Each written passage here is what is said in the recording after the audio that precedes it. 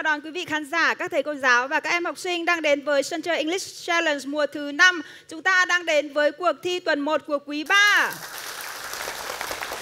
Sân chơi English Challenge do Đài Phát thanh Truyền hình Nghệ An phối hợp với Sở Giáo dục Đào tạo Nghệ An cùng Trung tâm Anh ngữ quốc tế Linh thực hiện, và trong suốt những năm qua luôn có sự đồng hành của nhà máy bánh kẹo Biscuit Fun. Và ngày hôm nay thì 4 thí sinh đến từ 4 trường tiểu học ở thành phố Vinh sẽ đem đến cho chúng ta những màn dự thi đầy tự tin và hứng khởi. Và có nghĩa là sân chơi English Challenge mùa thứ 5 của chúng ta thì cũng đang bước vào những vòng thi cuối cùng rồi. Ngay bây giờ chúng ta sẽ không phải chờ đợi lâu hơn nữa. Hãy cùng gặp gỡ 4 gương mặt xuất sắc của cuộc thi tuần 1 quý 3. Chúng ta hãy chào đón bạn Nguyễn Hoàng Hà Linh, học sinh lớp 5D trường tiểu học Hưng Dũng 2, thành phố Vinh. Tiếp theo là bạn Nguyễn Sĩ Hưng, học sinh lớp 5B trường tiểu học Lê Lợi, thành phố Vinh. Và chúng ta hãy cùng chào đón bạn Bùi Hữu Nhật Minh, học sinh lớp 4D trường tiểu học Vinh Tân. Và thí sinh thứ tư đó là bạn Phan Thảo Nhi, học sinh lớp 5B trường tiểu học Hưng Hòa. Như vậy là chúng ta đã được gặp gỡ 4 gương mặt sẽ tham gia sân chơi ngày hôm nay. Và thưa quý vị, cùng đồng hành cùng với thí sinh, ngoài những cổ động viên rất là nhiệt tình đến đây, đến trường quay S1 của Đài Phát thanh Truyền hình Nghệ An, thì bây giờ chúng ta hãy chào đón thành viên ban giám khảo. Xin giới thiệu thầy Nicholas Peterson, giáo viên Trung tâm Anh ngữ quốc tế Linh. Chào đón thầy Carlo Fantanilla, giáo viên Trung tâm Anh ngữ quốc tế Linh. Và chúng ta hãy dành một tràng pháo tay chào đón thạc sĩ Trần Lam Sơn, giám đốc Trung tâm Giáo dục Thường xuyên Hướng nghiệp Nghệ An. Xin được cảm ơn thành viên ban giám khảo. Và ngay bây giờ sẽ là phần thi đầu tiên của cuộc thi tuần 1 quý 3, đó là phần Introduce Yourself.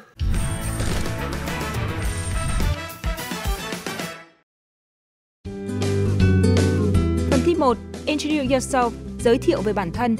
Trong phần thi này, thí sinh sẽ nêu ý tưởng về bản thân mình và được ekip hỗ trợ thực hiện các clip ngắn. Các clip này có thể được thực hiện với sự hỗ trợ của người thân và bạn bè.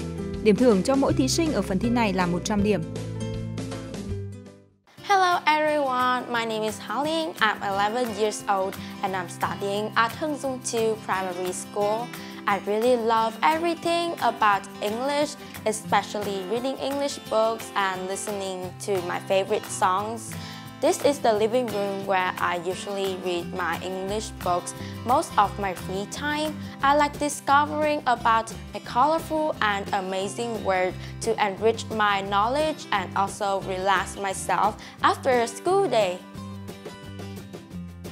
My mother is the person who has inspired me to learn English. As a teacher, she gives me a lot of useful advice, encouragement, and support. I feel lucky and happy to have an opportunity to stand on the stage of English Challenge competition.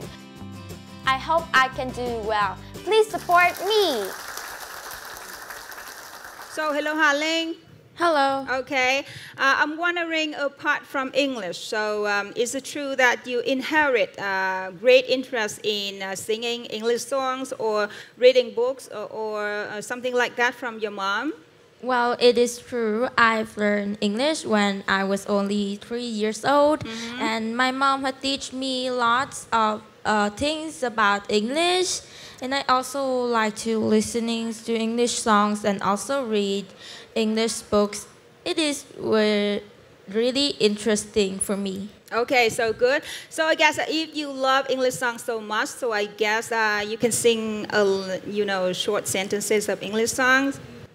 Can you? Well, because of the limited of time, can I sing a part of it? Sure, a part of it. Well, the song is I'm Proud of You. Oh, okay.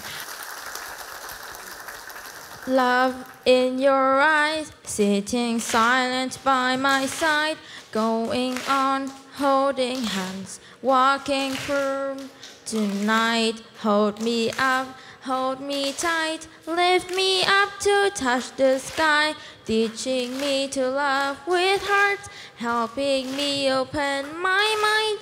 Okay, thank you so much.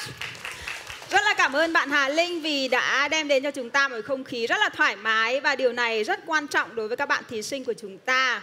So, are you ready to go? Well, I'm ready. Very good. Thưa quý vị, bạn Hà Linh đã sẵn sàng và bây giờ thì chúng ta sẽ đến với phần thi challenge.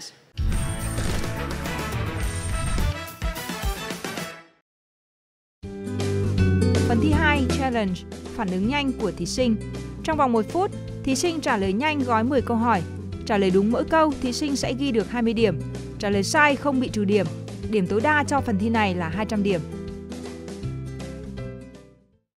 Is the sentence correct or incorrect? The plane take off 2 hours ago. Incorrect. Correct. Who married Mito? Skip. Trọng thủy. What is the past tense of the verb put? Put. Correct. What number follows 9? 10. Correct. What foods contain lots of vitamins? Fruit and vegetables. Correct. What is the opposite direction of the west? Can you repeat? What is the opposite direction of the west? Skip. East. How many times have SEA Games been held up to the SEA Games 2022 in Vietnam? Skip. 31 times. Where did Ho Chi Minh write the poem Ngắm Trăng? In the prison. Correct. What mode of transport is the train? Skip. Railway. Và thưa quý vị, với 5 câu trả lời đúng thì cho tới thời điểm này, bạn Hà Linh giành được 200 điểm. Xin chúc mừng. Bây giờ thì chúng ta hãy làm quen với thí sinh thứ hai, đó là bạn Sĩ Hưng. Hi, my name is Hưng. I'm 11 years old. I'm studying in class 5B in Lê Primary School. I like to read many types of books. I also like to do listening and writing workbooks to improve my English skills. I also like to play chess. It also helps me relax and make my logic better. I am not a very good player, so I'm practicing to get better by playing with my brother, neighbors, and friends. After a long day studying hard, in the afternoon, I play sports to decrease the stress from studying. I play badminton, but my favorite sport is soccer. Playing soccer with my friends, I feel very relaxed. Please support me! So, Sĩ Hưng, you are going to say goodbye to your classmates in the primary school, so wonder what is the best memory of yours in the primary school? I think I have many memories, but I think my best is when some of my classmates and me attend a football tournament when we're in 3rd grade. So did you win? We came 3rd. Okay, so there are a lot of your classmates down there, so what do you want to say to them right now? I think I would just say thank you. Okay, hy vọng rằng là với sự cổ vũ nhiệt tình của các bạn thí sinh cũng như là các thầy cô giáo thì Sĩ Hưng sẽ làm tốt phần thi của mình. Sĩ Hưng, are you ready? Yes. Wonderful. Here we go. What day is on June 1st in Vietnam? Children's Day. Correct. What is the opposite of the word wide? Narrow. Correct. Who read the Vietnam's Declaration of Independence? Uncle Ho. Correct. Does iron melt in heat? Sorry? Does iron melt in heat? Skip. Yes. Odd one out. Coffee, orange, grapefruit, durian. Coffee. Correct. What is the smallest 3-digit number? 100. Correct. Is purple a warm color or a cold color? Sorry? Is purple a warm color or a cold color? Cold. Correct. What color do red and white make? Pink. Correct. Who wrote the story The Little Match Girl? Okay, time's up. Vâng. Như Hoàng Yến vừa nói là Sĩ Hưng quay trở lại với sân chơi English với một cái tâm thế mới và trưởng thành hơn rất là nhiều. Và điều này đã thể hiện ở số câu trả lời đúng trong phần challenge. Và với 7 câu trả lời đúng thì cho tới thời điểm này Sĩ Hưng giành được 240 điểm. Với cái sự khởi động tốt đẹp của Hà Linh cũng như là chị Hưng thì tin chắc rằng là các bạn thí sinh còn lại sẽ rất là thoải mái để bắt đầu phần thi của mình. Bây giờ thì chúng ta hãy làm quen với thí sinh thứ 3, đó chính là bạn Nhật Minh. Hello everyone, my name is Nhật Minh. I study in class 40 at Vinton Primary School. Every day I have to study many subjects, but my favorite one is English. At first, I think that learning the vocabularies and also the grammar is really difficult.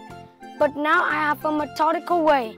Instead of learning those things by repeating them, I try to use these words more regularly in life. I also find more information in the internet or read English stories. Besides that, I also like playing chess or badminton. I think that those sports are really interesting. Chess is a sport that requires concentration and composure during the game. That's why when playing chess, I will have time to think, calm and choose the most suitable option. Next to my house, there is a beautiful river and peaceful landscape. From here, I can see the trees, get the fresh air and can also see the changes of nature. I'm very happy to join in this challenge competition. I'll try my best to get the best result. Please support me. I heard that your classmate call you something like Minh David. Yes. So what is the reason why? Well, I don't know the reason why my friends gave me that name, but I heard some of my friends say that they want me to be intelligent like Mr. David. Okay, so good.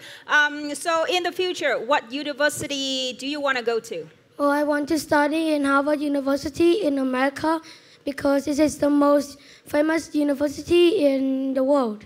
So good. So I guess you will have to study very hard to achieve your target. Yeah. So are you ready to go? Yes, I'm ready. Okay. Very good. Here we go. What is the highest mountain in Vietnam? Phan Xi Vân Mountain. Correct. What number is between 10 and 14? 12, 11, and 13.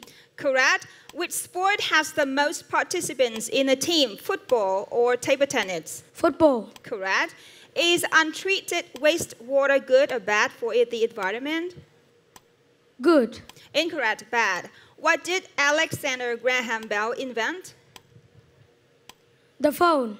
Correct. What is the opposite of the word hate? Like. Correct. What do we use to breathe? Sorry? What do we use to breathe? The organs to breathe. Nose. Correct. What kind of painting is the painting Mai's Wedding? Skip. Đồng hồ painting. What is the last letter of the English alphabet? Z. Correct. Vâng, rất là đáng yêu và với 7 câu trả lời đúng thì cho tới thời điểm này Nhật Minh giành được 240 điểm. Rất xuất sắc. Bây giờ chúng ta hãy cùng làm quen với thí sinh thứ 4, đó chính là bạn Thảo Nhi. My love for English has been given wings from this beloved school. The first new words, structures, grammar skills, as well as meaningful presentations broaden my new horizons. Even in the Target to the Program English Challenge, I am always greatly supported by my teachers and friends. Although I know it's a difficult challenge, I strongly believe that, with the confidence, no fear can prevent myself. I am really lucky to be born in a village with many excellent heroes. Their lives and careers have been the lessons about will and determination, which encourage our generations to continue to try and go ahead. Pride, gratitude, and a promise to study harder are our thoughts whenever we visit General Women's Commemoration House. And now, I am in the ecological forest in Hung Hoa Village. Exploring the natural beauty is our hobby. Despite visiting here many times, I always learn many new things here with cool wind, lovely scenery, and amazing creatures living brackish water. Look, in spite of being bitten in my finger, I have a great experience. I'm Thảo Nhi from Hưng Hoa Primary School. Please support me.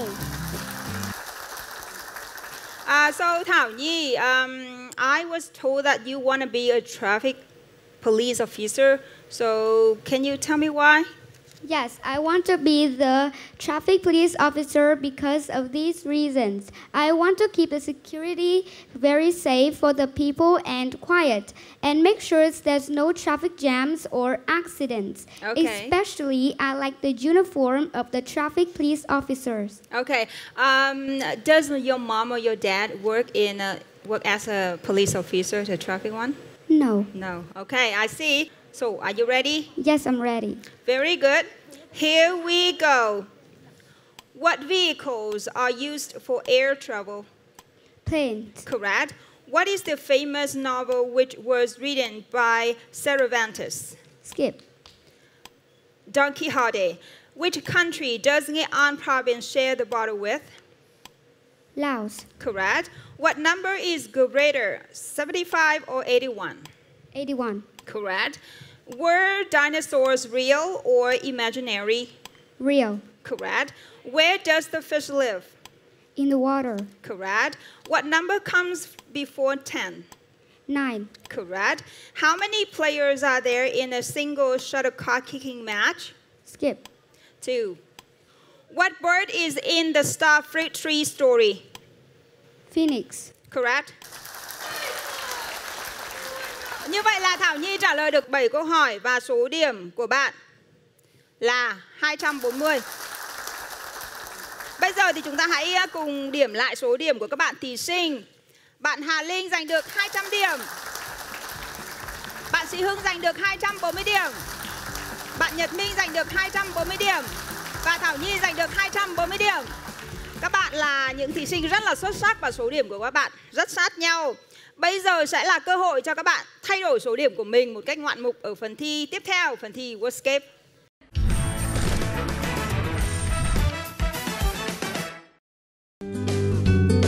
Phần thi 3, Wordscape, điền ký tự còn thiếu vào chỗ trống. Thí sinh sẽ có 3 lượt điền ký tự còn thiếu vào ô trống. Ở từng lượt chơi, thí sinh sẽ có 15 giây để hoàn thành. Điền đúng mỗi dãy chữ, thí sinh sẽ ghi được 30 điểm. Trả lời sai, những thí sinh còn lại sẽ bấm chuông nhanh giành quyền trả lời. Trả lời đúng ghi được 10 điểm, trả lời sai hoặc không dịch đúng nghĩa của từ sẽ bị trừ 10 điểm. Sau 10 giây, không có thí sinh trả lời, MC sẽ đưa ra đáp án. Ở phần thi này, sau khi kết thúc lượt thi của cả 4 thí sinh, sẽ có một từ khóa liên quan đến chủ đề của các dãy chữ và cả 4 thí sinh đều có cơ hội trả lời trong 15 giây bằng cách bấm chuông để giành quyền trả lời và đọc phiên âm dịch đúng nghĩa của từ khóa. Trả lời đúng ghi được 60 điểm, trả lời sai trừ 20 điểm. Điểm tối đa cho phần thi này là 150 điểm. Và bây giờ chúng ta sẽ đến với phần thi Wordscape dành cho bạn Hà Linh. Và nhiệm vụ của Hà Linh sẽ là đi tìm 3 từ vựng đầu tiên. Here we go, the first word for Hà Linh.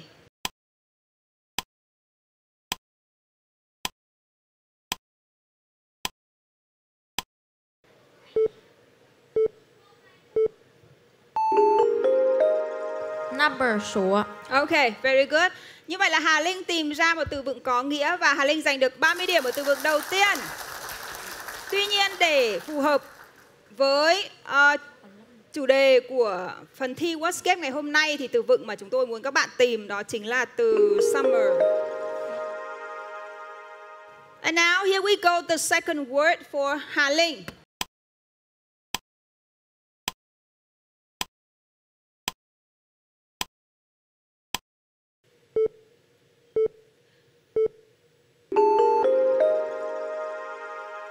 New vacation, một chuyến đi mới ạ. Với từ vựng có nghĩa thì bạn Hà Linh tiếp tục dành thêm cho mình 30 điểm nữa.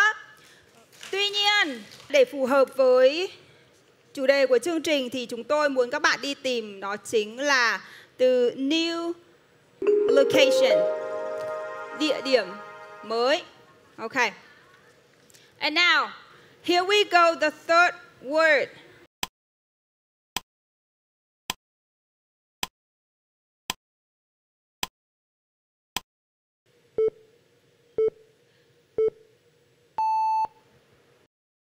Anyone else? Sĩ Hưng. Suitcase là vali. Very good, rất tốt. Như vậy là Sĩ Hưng giành thêm được 10 điểm ở từ vựng thứ 3 ở lượt chơi của Hà Linh. Và bây giờ cũng sẽ là sĩ Hưng sẽ giúp chúng ta đi tìm 3 từ vựng tiếp theo. And now here we go, the first word for sĩ Hưng.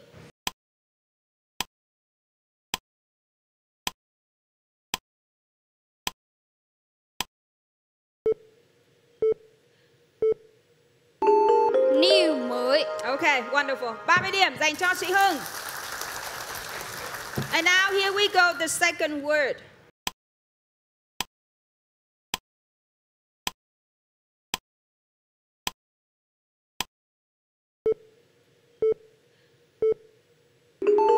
Experience, trải nghiệm. Very good.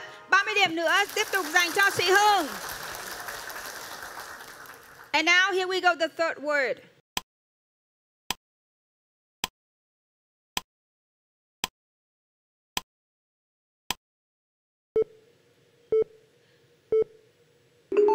Family, gia đình. Wonderful. 30 điểm nữa dành cho bạn. Bây giờ sẽ là Nhật Minh. And are you ready? Yes, I'm ready. Here we go, the first word for Nhật Minh.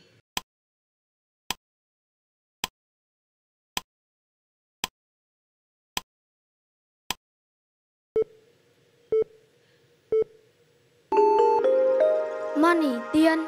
Very good. 30 điểm dành cho Nhật Minh. And now here we go, the second word.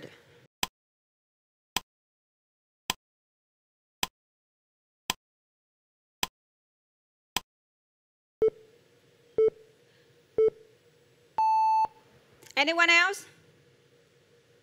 No?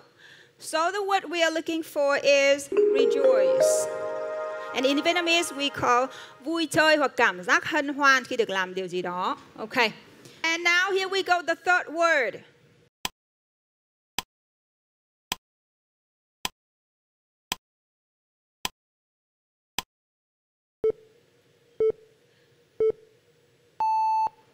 Anyone else?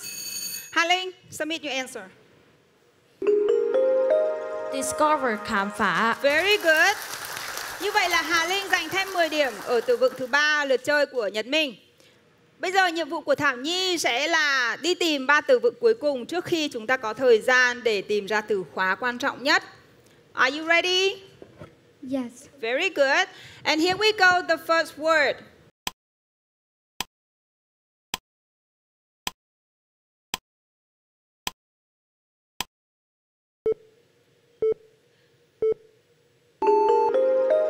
Delicious foods, đồ ăn ngon. Very good. Okay, 30 điểm dành cho Thảo Nhi. And now here we go, the second word.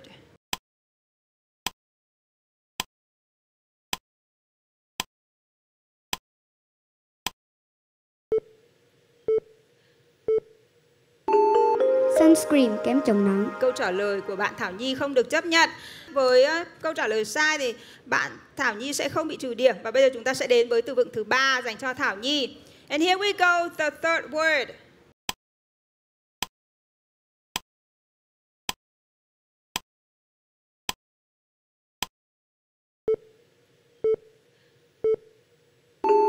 Fun, sự vui chơi. Okay, very good. 30 điểm dành cho Thảo Nhi.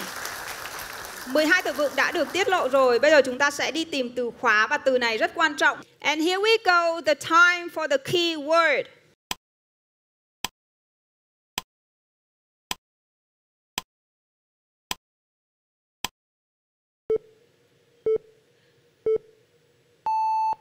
Rất là tiếc rằng là ở những cái từ vựng đơn lẻ thì các bạn đã tìm ra rất là nhanh. Nhưng mà với chủ đề thì các bạn lại gặp khó khăn.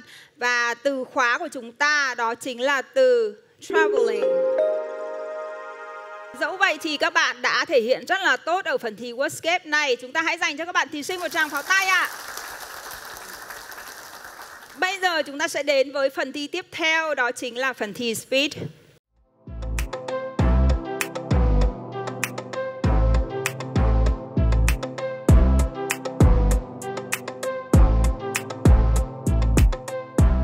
Combo buy vị vani và combo buy vị matcha milk là những sản phẩm đang được lứa tuổi teen rất ưa chuộng. Và đặc biệt thì đây là sản phẩm matcha milk, một cái sản phẩm mới của Biscafin. Combo buy được phủ sô cô la 2 lần, nguyên liệu nhập khẩu cao cấp. Combo Bite mềm xốp được phủ sô-cô-la 2 lần với công nghệ combo hiện đại tan chảy cùng nhân kem marshmallow dẻo thơm, hòa quyện cho vị bánh liệm tim ngon ngất ngây. Sau khi thưởng thức bánh matcha milk thì em cảm thấy rất là ngon. Lớp sô-cô-la thì không quá ngọt, còn matcha thì mùi rất là thơm. Ăn vô rất là ngon và thơm. Chỉ cần ngó, cắn miếng thôi, tim bạn rơi cùng vị bánh. Combo Bite liệm tim ngon ngất ngây. Combo Bite matcha milk liệm tim ngon ngất ngây.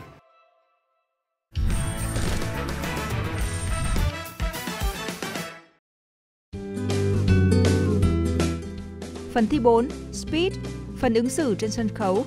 Ở phần thi Speed, trước cuộc thi 1 giờ, thí sinh sẽ có 3 lượt bốc thăm. Bốc thăm người cùng chơi, 2 thí sinh lập thành một đội để tranh biện về một chủ đề. Bốc thăm chủ đề mà cả hai em sẽ phải tranh biện. Bốc thăm vị trí đồng thuận hay phản biện chủ đề. Thí sinh bốc thăm được vị trí đồng thuận sẽ trình bày 1 phút về chủ đề đó theo hướng là nên. Thí sinh phản biện lại sẽ có 1 phút để đưa ra những lập luận của mình. 2 thí sinh có thể cùng tranh luận với nhau thông qua việc đặt câu hỏi xung quanh chủ đề đó. Mỗi giám khảo sẽ đánh giá cho điểm phần thi trình bày của thí sinh tối đa là 100 điểm. Điểm tối đa cho cả phần thi này sẽ là 300 điểm một thí sinh. So please tell me who will be the first ones? Who? Linh and Thảo Nhi, please walk out to your positions. So please tell me, what topic did you pick? Well, the topic is, would you make someone idol, should or should not? Here we go, the first minute for Linh. Well, in my opinion, we should make someone to be your idol because of the following reasons. First is that we can study lots of new things from them. Example, you make some singer to make your idol. You can study them how to sing and become more better when you sing the songs that you like. Secondly, you can improve you by watching someone who you make idol, and that can improve yourself lots of new things in your life so that you can make your life become more better. And last but not at least, that when you make someone idol, you can, when they feel happy, you can feel happy too, and you can be stressed after a hard day at school. Okay, thank you so much. And now will be the second minute for Thảo Nhi. Here we go. In my opinion, I think we shouldn't make someone our idols. Here are the reasons. Firstly, if we watch programs of the famous idols too much, we will be very frustrated in the programs and we can't focus on studying. Secondly, if we are wasting so much time on figuring out the idols, we need to spend time to go out with friends or to do exercise. Thirdly, I think that idea is bad because we need to spend time with friends outdoor and be friends with nature, and we need to keep our eyes safe, not watch on the TV screen so closely. And we need to go out with nature to do exercise and watch less TV. In conclusion, I think we shouldn't make someone our idols. Okay, thank you so much. And now will be the third minute for two of you ask and answer. Here we go. Well, what do you think if you don't make someone idol that you can improve yourself? I think that is a good question. Out there are many good idols, but some will be bad. And I think we need to spend much time on studying or reading books. That's the way we can prevent our skills. This is my question. If you watch the bad idols, what do you think? Well, I don't think I usually watch bad idols. I think that I should watch someone that can do good things, that I can improve myself to be better.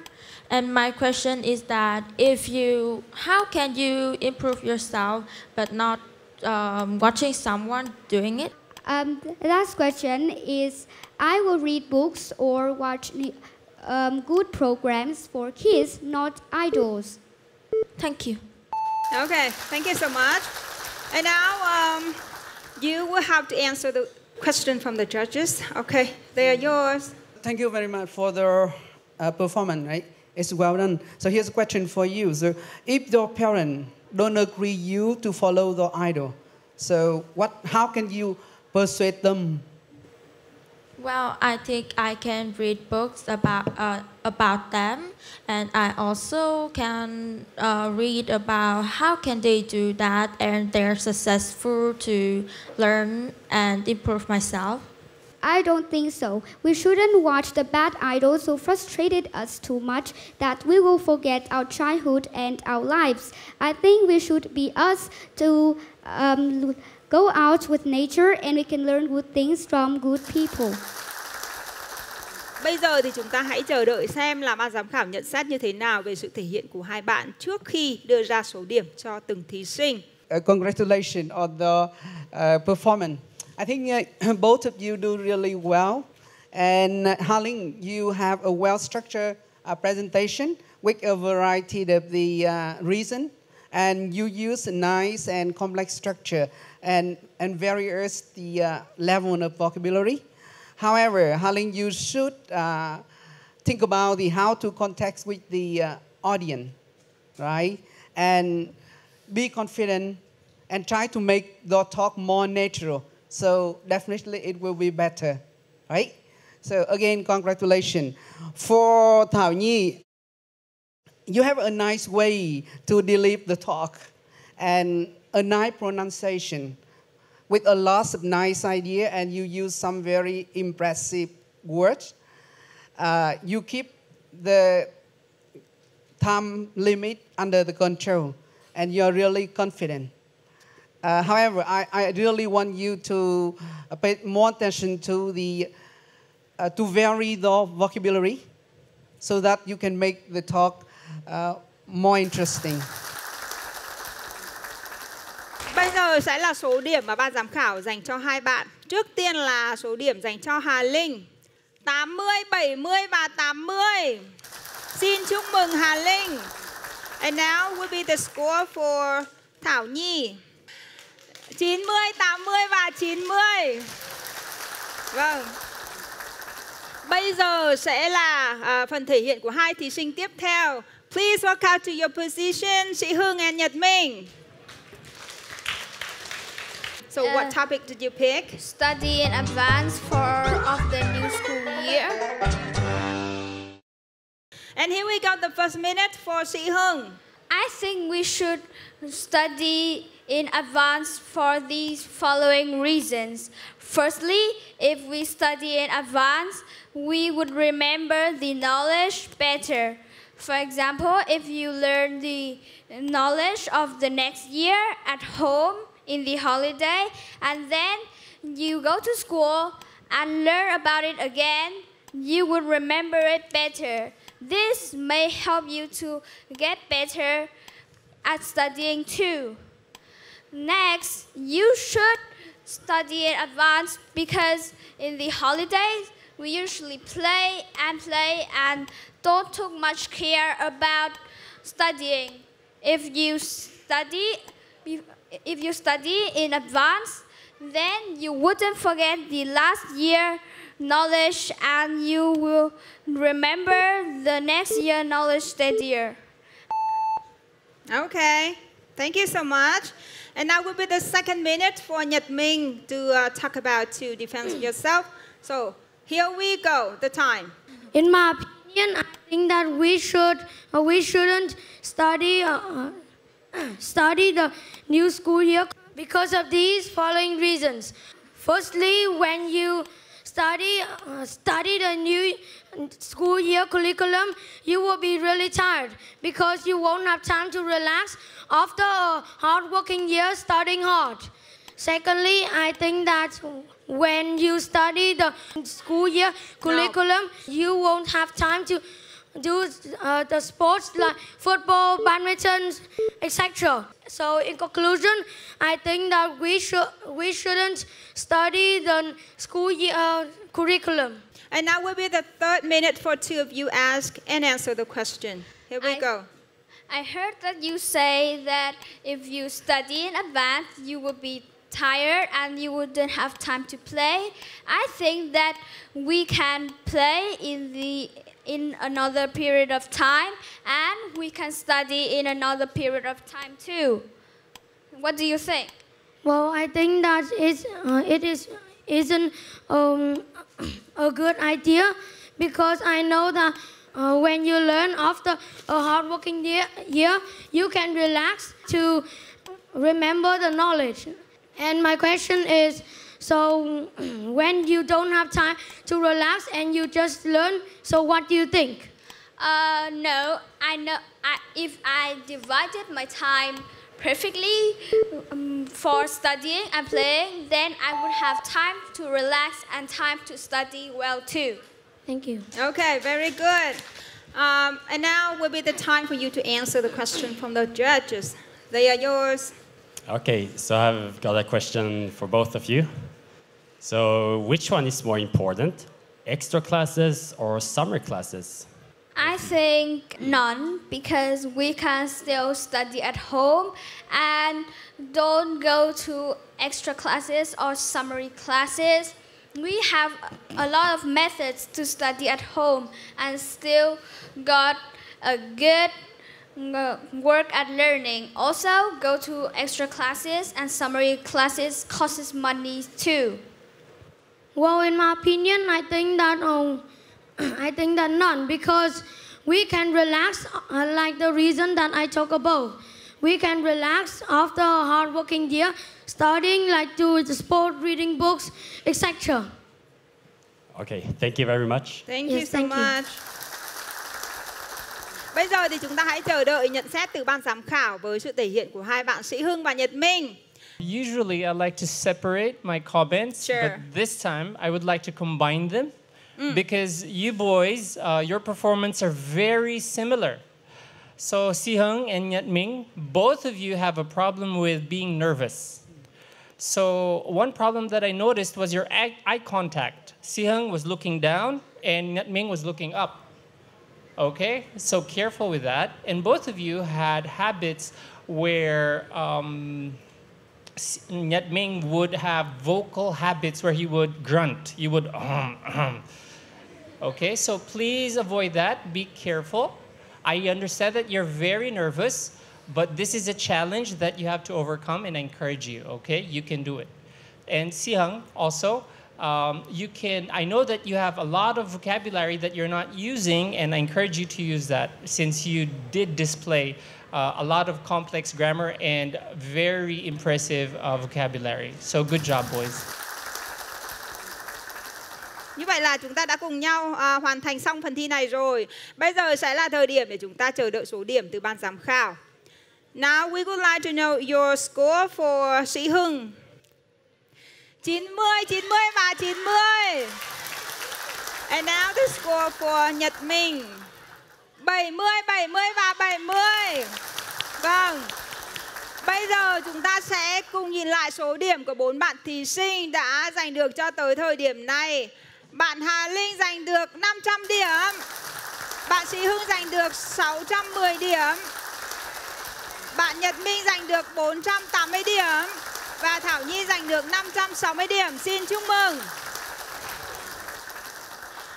Bây giờ chúng ta sẽ đến với phần thi cuối cùng, phần thi quan trọng nhất của sân chơi ngày hôm nay, xác định người chiến thắng. Đó chính là phần thi Champion.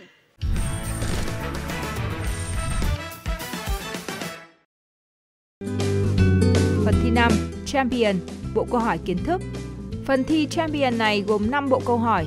Mỗi bộ câu hỏi sẽ có 3 gợi ý. Mỗi gợi ý có 15 giây suy nghĩ để trả lời. Trả lời đúng sau gợi ý đầu tiên ghi được 40 điểm. Trả lời sai bị trừ 5 điểm. Trả lời đúng sau gợi ý thứ hai ghi được 30 điểm. Trả lời sai bị trừ 10 điểm. Trả lời đúng sau gợi ý thứ ba ghi được 20 điểm. Trả lời sai bị trừ 15 điểm. Cả 4 thí sinh sẽ trả lời bằng cách ghi đáp án trên máy tính. Và máy tính sẽ đưa ra kết quả thời gian trả lời của từng thí sinh. Các thí sinh có quyền không trả lời. Ở phần thi này, các thí sinh còn có cơ hội nâng cao số điểm của mình bằng việc lựa chọn ngôi sao hy vọng. Trước mỗi câu hỏi, thí sinh có quyền chọn một ngôi sao hy vọng cho mình. Nếu trả lời đúng sẽ được nhân đôi số điểm. Nếu trả lời sai hoặc không trả lời sẽ bị trừ 20 điểm. Mỗi thí sinh có quyền được đặt tối đa 2 ngôi sao trong phần thi này. Điểm tối đa cho phần thi này là 280 điểm. Đối với câu hỏi đầu tiên của chúng ta là một câu hỏi có liên quan đến tiếng Việt. Có bạn nào sử dụng ngôi sao hy vọng không? Nhất quyết không? Nhật Minh nhất quyết không? Ok. Và bây giờ chúng ta sẽ đến với câu hỏi đầu tiên. Here we go, the first question.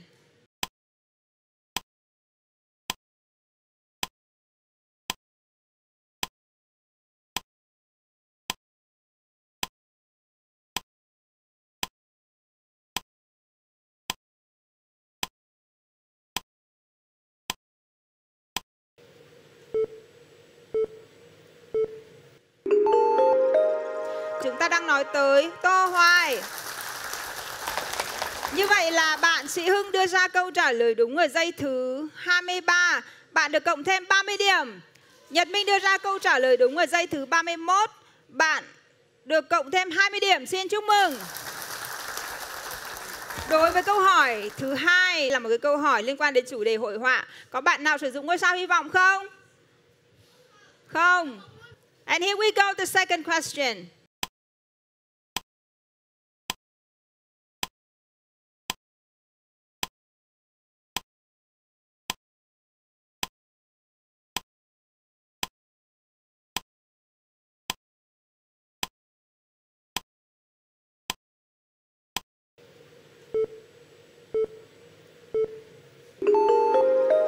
Chúng ta đang nói tới Tô Ngọc Vân.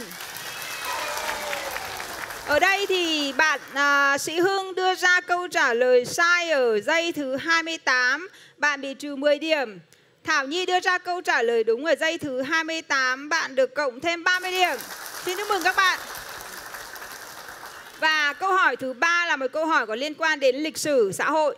Có bạn nào sử dụng ngôi sao hy vọng không? Ok. And now here we go, the question number 3.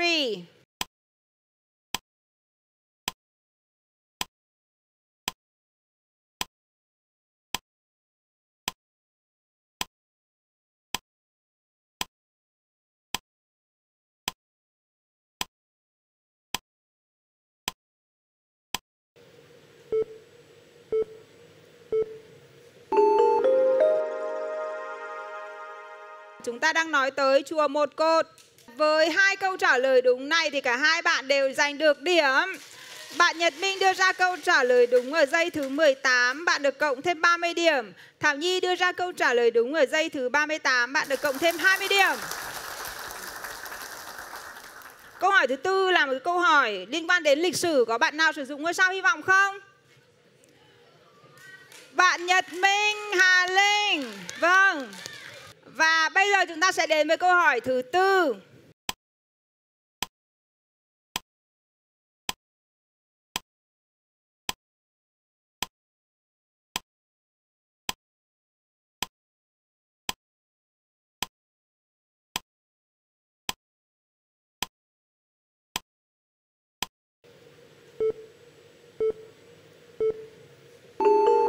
Chúng ta đang nói tới năm 1938. Bạn Hà Linh đưa ra câu trả lời sai ở giây thứ 12. Như thường lệ là bạn sẽ bị trừ 5 điểm. Tuy nhiên ngôi sao hy vọng đã khiến cho bạn trừ gấp đôi số điểm là bạn bị trừ 10 điểm. Bạn Sĩ Hưng đưa ra câu trả lời đúng ở giây thứ 12. Bạn được cộng thêm 40 điểm. Bạn Nhật Minh đưa ra câu trả lời đúng ở giây thứ 12. Như thường lệ là bạn được cộng 40 điểm. Nhưng ngôi sao hy vọng đã giúp bạn giành thêm 80 điểm. Câu hỏi thứ 5 sẽ là một câu hỏi liên quan đến chủ đề xã hội. Có bạn nào sử dụng ngôi sao hy vọng không? Như vậy lúc nãy là đã có bạn Minh và bạn Hà Linh sử dụng ngôi sao hy vọng rồi. Hà Linh vẫn sử dụng ngôi sao hy vọng à? Vẫn? Ok. Hai bạn vẫn tiếp tục duy trì. Vâng. And now here we go, the fifth question.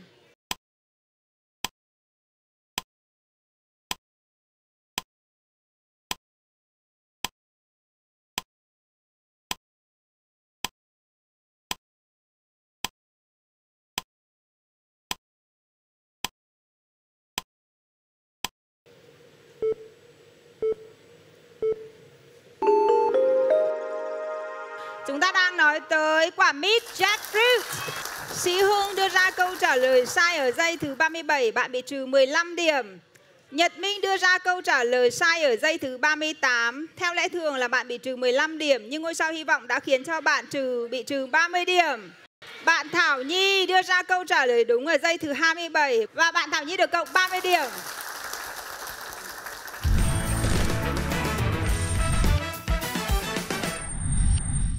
Quý vị thân mến, trải qua các phần thi thì đến lúc này cuộc thi tuần 1 quý 3 English Challenge mùa 5 đã xác định được thứ hạng của 4 thí sinh. Đứng ở vị trí thứ 3 là hai bạn thí sinh, bạn Hà Linh đến từ trường tiểu học Hưng Dũng 2, thành phố Vinh với 490 điểm và bạn Nhật Minh đến từ trường tiểu học Vinh Tân, thành phố Vinh với 580 điểm. Xin chúc mừng hai bạn và xin mời hai bạn bước ra bục trao giải. Xin trân trọng kính mời cô Nguyễn Thị Thảo, hiệu trưởng trường tiểu học Vinh Tân và cô Hoàng Thị Thủy, hiệu trưởng trường tiểu học Hưng Dũng 2, thành phố Vinh lên trao giải thưởng cho hai bạn. Mỗi một thí sinh đạt giải 3 sẽ nhận được một giải thưởng là một suất học bổng đến từ Trung tâm Anh ngữ quốc tế Linh trị giá 2 triệu đồng và một phần quà đến từ nhà máy bánh kẹo Biscafan. Xin chúc mừng hai bạn Hà Linh và Nhật Minh. Xin được cảm ơn cô Nguyễn Thị Thảo và cô Hoàng Thị Thủy. Quý vị thân mến, đứng ở vị trí thứ 2 đó chính là bạn Thảo Nhi đến từ trường tiểu học Hưng Hòa, thành phố Vinh với 640 điểm. Và ngay sau đây xin trân trọng kính mời bà Lăng Tiểu Hạ, đại diện Trung tâm Anh ngữ quốc tế Linh và thạc sĩ Trần Lam Sơn, giám đốc Trung tâm Giáo dục Thường xuyên Hướng nghiệp Nghệ An lên trao giải thưởng cho bạn Thảo Nhi. Phần thưởng của thí sinh đạt giải nhì là một suất học bổng trị giá 3 triệu đồng đến từ Trung tâm Anh ngữ quốc tế Linh và một phần quà đến từ nhà máy bánh kẹo Biscafan. Xin chúc mừng bạn Thảo Nhi và xin cảm ơn bà Lăng Tiểu Hạ cùng thạc sĩ Trần Lam Sơn. Bây giờ chúng ta hãy dành một tràng pháo tay để chúc mừng người chiến thắng của vòng thi tuần 1 quý 3. Đó là bạn Sĩ Hưng đến từ trường tiểu học Lê Lợi, thành phố Vinh với 655 điểm. Xin trân trọng kính mời thầy Nicholas Peterson, giáo viên Trung tâm Anh ngữ quốc tế Linh và ông Phan Thành Dân, đại diện nhà máy bánh kẹo Biscafan lên trao giải thưởng cho bạn Sĩ Hưng. Phần thưởng dành cho người chiến thắng là một cúp biểu trưng pha lê, một suất học bổng trị giá 4 triệu đồng đến từ Trung tâm Anh ngữ quốc tế Linh và một phần quà đến từ nhà máy bánh kẹo Biscafan. Xin chúc mừng bạn Sĩ Hưng và xin cảm ơn thầy Nicholas Peterson cùng ông Phan Thành Dân. Và như vậy là chương trình English Challenge ngày hôm nay đã tìm ra gương mặt đầu tiên bước vào vòng thi quý 3. Đó chính là bạn Sĩ Hưng đến từ trường tiểu học Lê Lợi. Và chương trình English Challenge do Đài Phát thanh Truyền hình Nghệ An phối hợp với Sở Giáo dục Đào tạo Nghệ An cùng Trung tâm Anh ngữ quốc tế Linh thực hiện với sự đồng hành của nhà máy bánh kẹo Biscafan xin được tạm dừng tại đây. Cảm ơn quý vị và các bạn đã quan tâm theo dõi. Xin kính chào, tạm biệt.